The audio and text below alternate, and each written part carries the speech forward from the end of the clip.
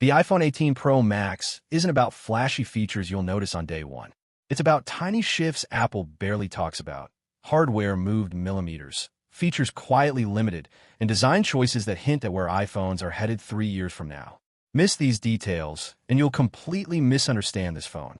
If you're into catching the stuff Apple slides under the radar, the quiet upgrades, the sneaky trade-offs, and the long-term plays most videos skip, go ahead and like this video, share it with someone who actually cares about tech details, and subscribe because this channel lives in the fine print.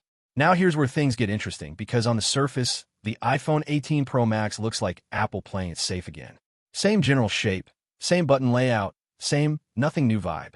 But underneath that familiarity, Apple is clearly rearranging the iPhone's priorities, and the first clue is what's happening on the front of the phone. The dynamic island isn't dramatically changing, but it's quietly shrinking, and that matters more than it sounds. Apple is slowly pushing Face ID components under the display, not to wow you now, but to test reliability at scale.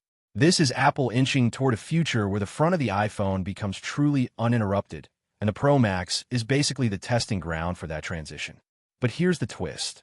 Moving sensors under the display isn't just about looks. It changes internal layout, thermal distribution, and even how future components compete for space. Every sensor that disappears from view frees up room for something else, and Apple desperately needs that room because the back of the phone is becoming a problem. The camera bump isn't shrinking, and Apple knows it.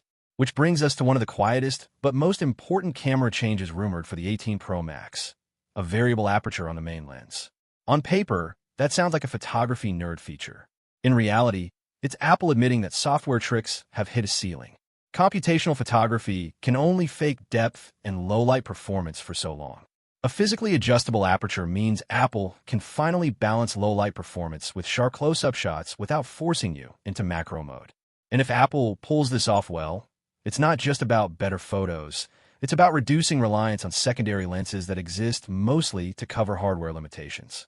Long-term, this could simplify camera systems while making the main sensor do more of the heavy lifting. Now let's talk about something Apple definitely won't highlight on stage: thickness. The iPhone 18 Pro Max may get slightly thicker again, and that's not an accident or a design failure. Apple is quietly choosing battery life and sustained performance over the illusion of thinness.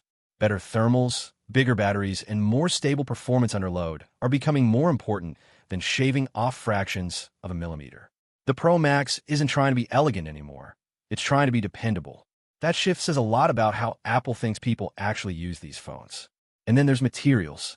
Rumors suggest Apple could tweak the aluminum blend again, making it tougher but slightly heavier.